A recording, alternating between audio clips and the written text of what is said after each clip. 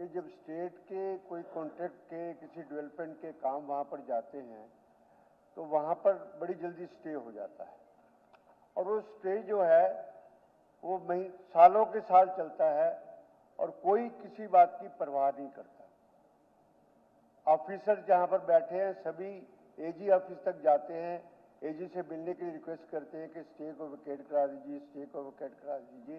Stay vacate नहीं होता है और डेवलपमेंट का जो काम है वो सारा का सारा लटक जाता है और जवाब ये आता है जी कोर्ट में स्टे है, कोर्ट में स्टे है, कोर्ट में स्टे है।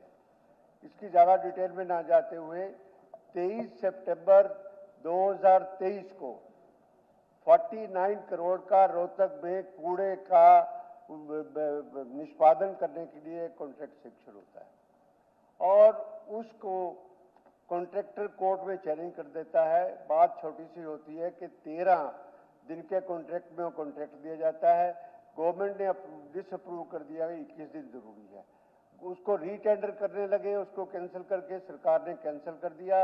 उसके बाद वो व्यक्ति कोर्ट के अंदर चला गया। 2 साल हो गए हैं वो स्टे वेकेट नहीं हुआ है और रोहतक सारा कूड़े में सारा का सारा सड़ता रहा 2 साल के अंदर। बत्रा जी ये इस विषय से संबंधित नहीं है जो आप चर्चा कर रहे हैं। You are spending the money, you are spending the money on administration. पर ये जो आप चर्चा कर रहे हैं ये इसका हिस्सा नहीं हो सकता। नहीं, how I say that there should be cut in the expenses is concerned. So far as expenses we are doing in the AG office or government asset preparation, are they serious with the work?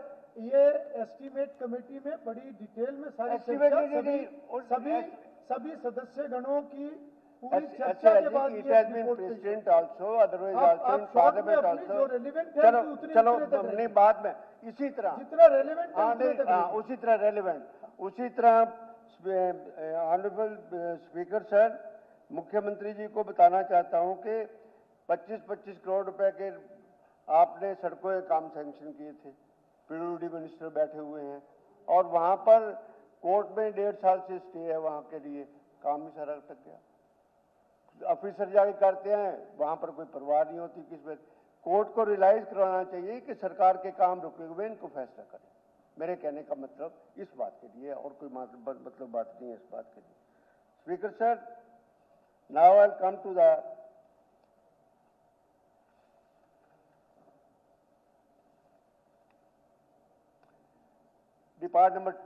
demand number 12.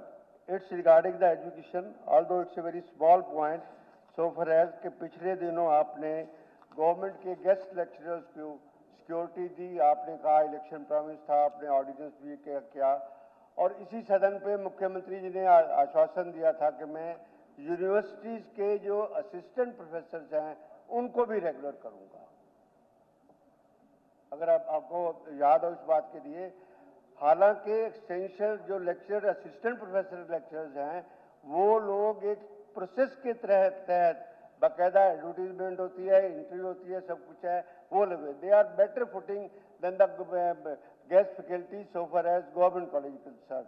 तो आपने वादा किया था तो उन बच्चों को भी रेगुलर कर दें।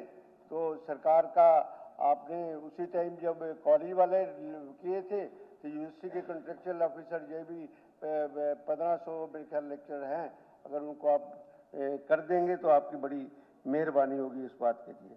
अब आयुष का हमने जी, गीता जी ने भी आपको पॉइंट आउट किया था जी आपको कि आयुष का हमने कॉन्स्टिट्यूशन मोशन दिया है, तो आयुष के बारे में तो हाल तो रोज अखबारों के अंदर सब कुछ है, ये कुछ है। अगर इसलिए हम पूछ रहे थे कि हमारे कॉन्स्टिट्यूशन का फेट क्या होगा, अगर उसका फेट पता हो तो फिर इसमें ना नहीं बोलेंगे क्योंकि इसमें टाइम बड़ा थोड़ा होता है इस बात के लिए, क्योंकि सप्लीमेंटरी डिमांड में इतनी लंबी बातें नहीं की जाती। अभी उस पर अभी चलो उसको फिर उस टाइम देख लेंगे, ये एक मौका जरूर दे देना उसमें, और कोई बात नहीं। एक बड़ी इंपॉर्टेंट बात है जी, ठीक है, कई बार कई बातें रह जाती हैं और इसमें मिनिस्टर जो कंसर्न है अपना लोकल बॉडीज के और साथ में सोशल वेलफेयर के मिनिस्टर भी पवार साहब यहाँ पर बैठे हुए हैं, कुछ है, दोनों से कंसर्न इकट्ठा ये है कि ये हाउस टेस्ट की एक पॉलिसी जी 2013 के अंदर बनी थी और उसमें धर्मशाला और सारे इंस्टीट्यूट सब कुछ है, ऐसी धर्मशाला इवन रविदास कम्युनिटी की, बालरवि कम्युनिटी की लाखों रुपए का टैक्स बिना किसी देखे, बिना कानून को पढ़े हुए ये लोग इशू करते थे। एक दुकान उन्होंने किराए पे दे दी, अब डिटेल में जाऊंगा तो बाकी समझ लगेगा। कॉरेस्पॉन्डिंग दिया हुआ था और उसमें लिखा हुआ है कि धर्मशाला हो, एजुकेशन इंस्टीट्यूशन हो, मंदिर हो, और कोई इंस्टीट्यूट हो, म्यूनिसिपलिटी, उनके टैक्स नहीं लगेगा।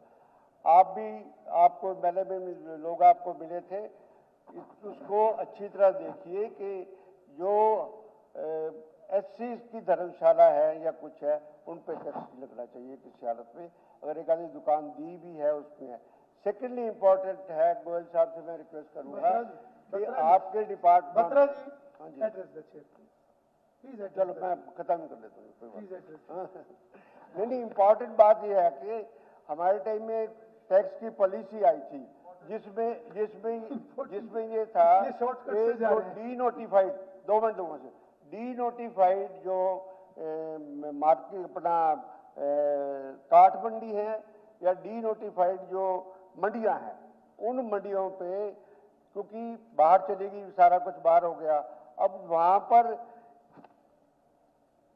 आड़ती वहीं पर बैठे हैं, वो कम से कम 20 फुट के या 50 फुट के ऊपर अपना वो लगा के बैठा है और अंदर बिनोले के पूरा उसका गोडाउन है। ये इतना जरूरी सरकार करती नहीं है। ये चर्चा अगर हाउस में कर रहे हैं तो ऐसे कीजिए, ठीक है। अगर वैसे करनी है तो उनके ऑफिस आपके कीजिए। ठीक है, ऐसी प्लीज।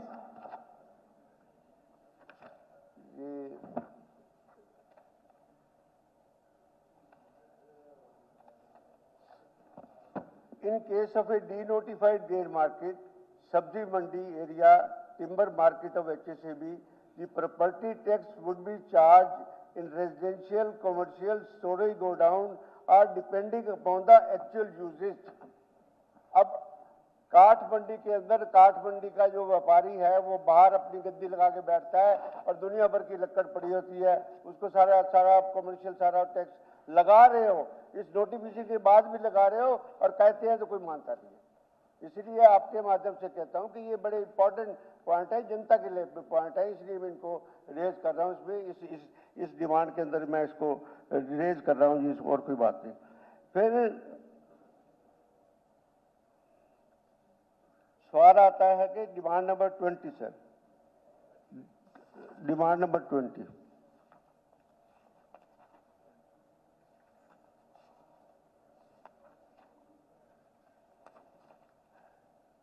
सारी स्टेट के अंदर सीवरेज व्यवस्था का, सड़कों का, पॉल्यूटेड का बहुत बुरा हाल है।